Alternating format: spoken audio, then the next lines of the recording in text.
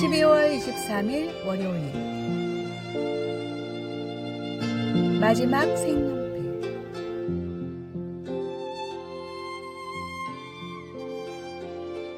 한 미술학원에서 그림 대회를 앞두고 아이들이 분주히 그림을 그리고 있었습니다. 민수는 가장 비싼 색연필 세트를 가지고 있었지만 친구들에게 한 자루도 빌려주지 않았습니다. 옆자리의 지아는 낡은 색연필을 쓰고 있었는데 하늘을 칠하던 중 하늘색 연필이 너무 짧아져 더 이상 사용할 수 없게 되었습니다. 지아는 울먹이며 그림 그리기를 포기하려 했습니다. 그때 건너편에 앉아있던 준호가 다가와 말했습니다. 지아야, 내 하늘색 연필 써. 하지만 이게 내 마지막 하늘색 연필이잖아. 괜찮아. 난 구름을 그리면 되니까. 대회가 끝나고 결과가 발표되었습니다. 민수의 그림은 입상하지 못했지만 준호와 지아는 나란히 금상과 은상을 받았습니다. 심사위원은 이렇게 말했습니다. 준호의 하얀 구름과 지아의 파란 하늘이 정말 아름답게 어우러졌네요. 이 이야기는 단순한 그림 대회 이상을 보여줍니다. 우리가 가진 것을 나눌 때 나눔의 사랑은 서로의 부족함을 채우며 더 아름다운 결과를 만들어냅니다. 마지막 한 자루를 내어주는 작은 사랑이야말로 가장 큰 걸작을 만드는 시작이 됩니다. 오늘의 말씀. 주라. 그리하면 너희에게 줄 것이니 곧 후이 되어 누르고 흔들어 넘치도록 하여 너희에게 안겨주리라. 너희가 헤아리는 그 헤아림으로 너희도 헤아림을 도로 받을 것이니라.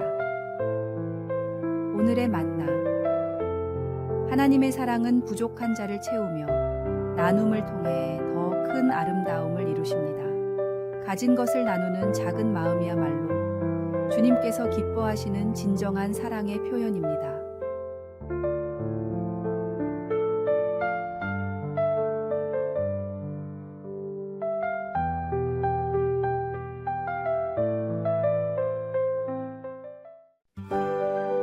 (12월 24일) 화요일.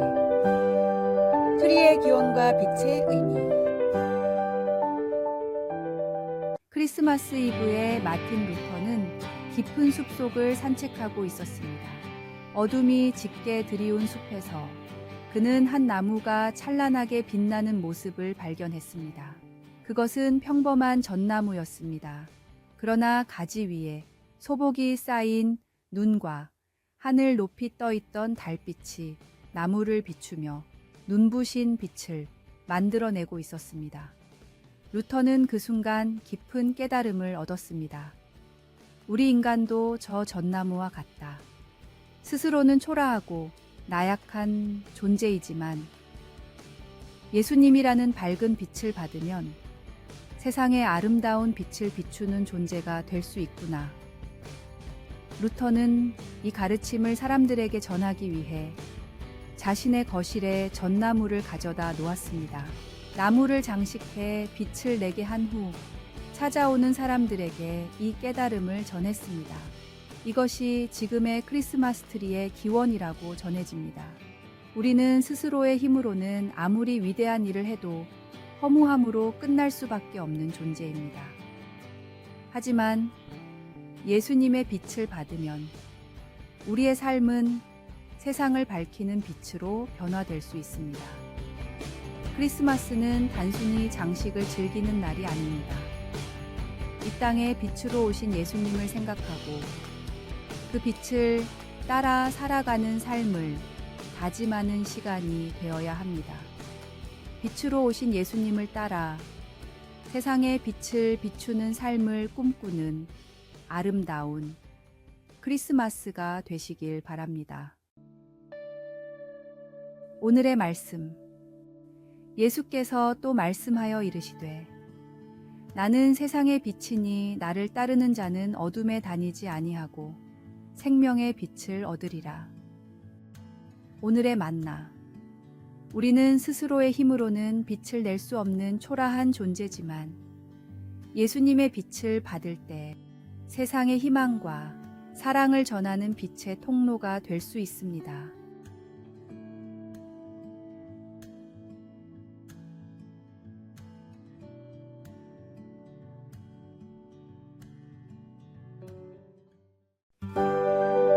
(12월 25일) 수요일 크리스마스의 기적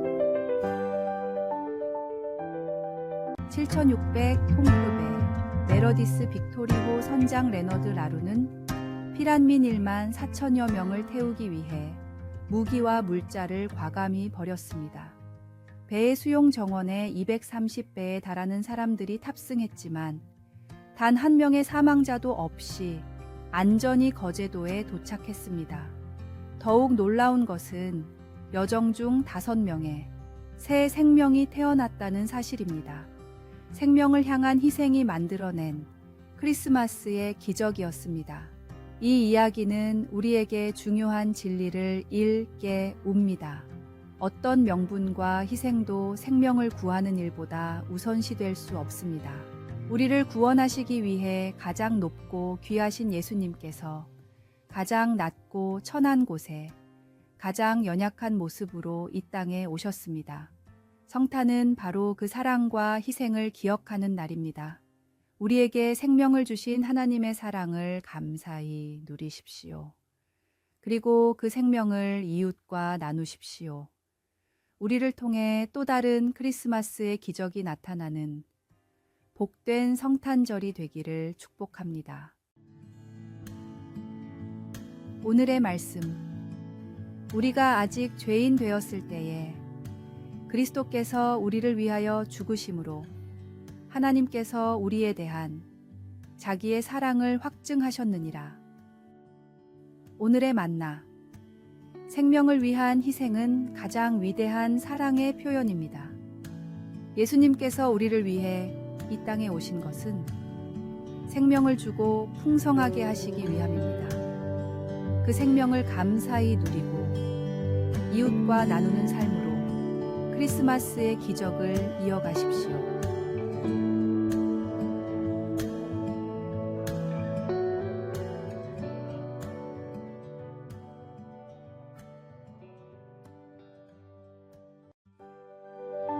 (12월 26일) 목요일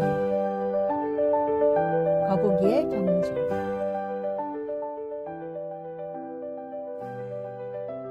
한 육상 지도자는 매년 새로운 선수를 선발할 때 독특한 시험을 냈습니다.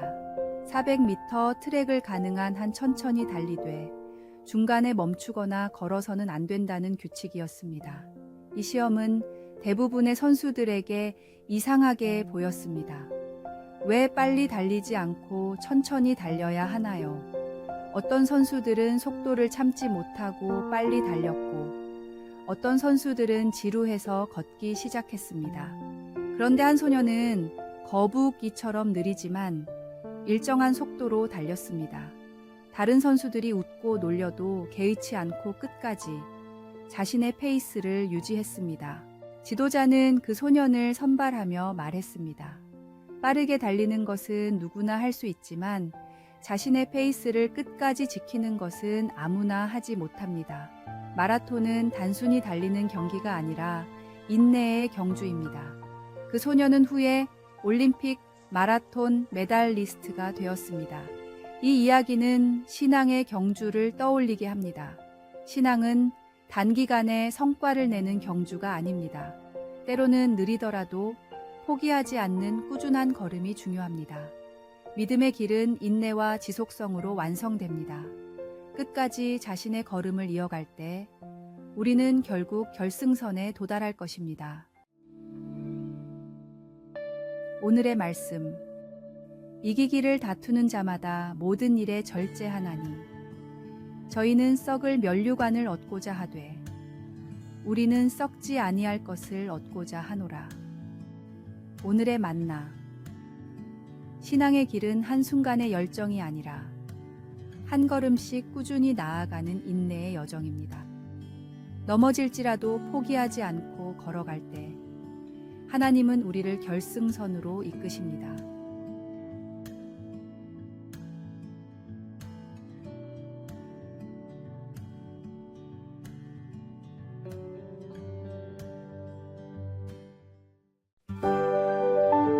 (12월 27일) 금요일 믿음의 선율.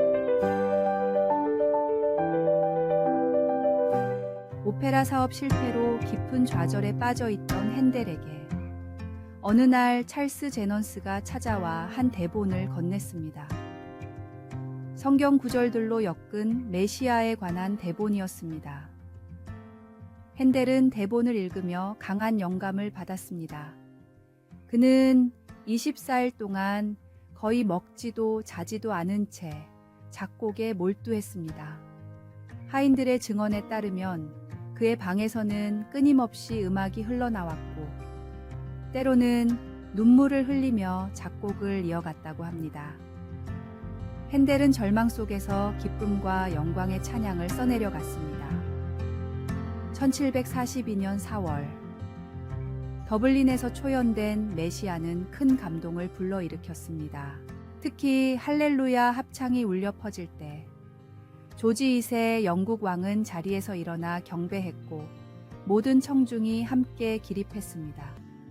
그 이후로 280년이 지난 지금까지도 할렐루야가 연주될 때마다 사람들은 일어나 하나님께 경배를 표합니다. 이 이야기는 우리의 고난 속에서도 하나님의 손길이 있음을 보여줍니다. 핸델의 절망이 위대한 찬양으로 변했듯 우리의 어려움도 하나님의 손길을 통해 새로운 아름다움으로 변화될 수 있습니다. 고난은 끝이 아니라 하나님의 놀라운 일을 준비하는 과정입니다. 오늘의 말씀.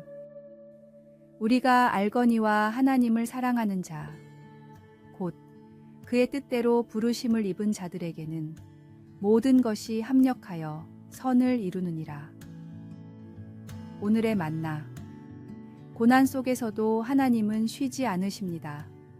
절망이 찬양으로, 시련이 영광으로 변할 때 우리는 하나님의 손길이 우리 삶을 새롭게 하시는 것을 경험할 것입니다.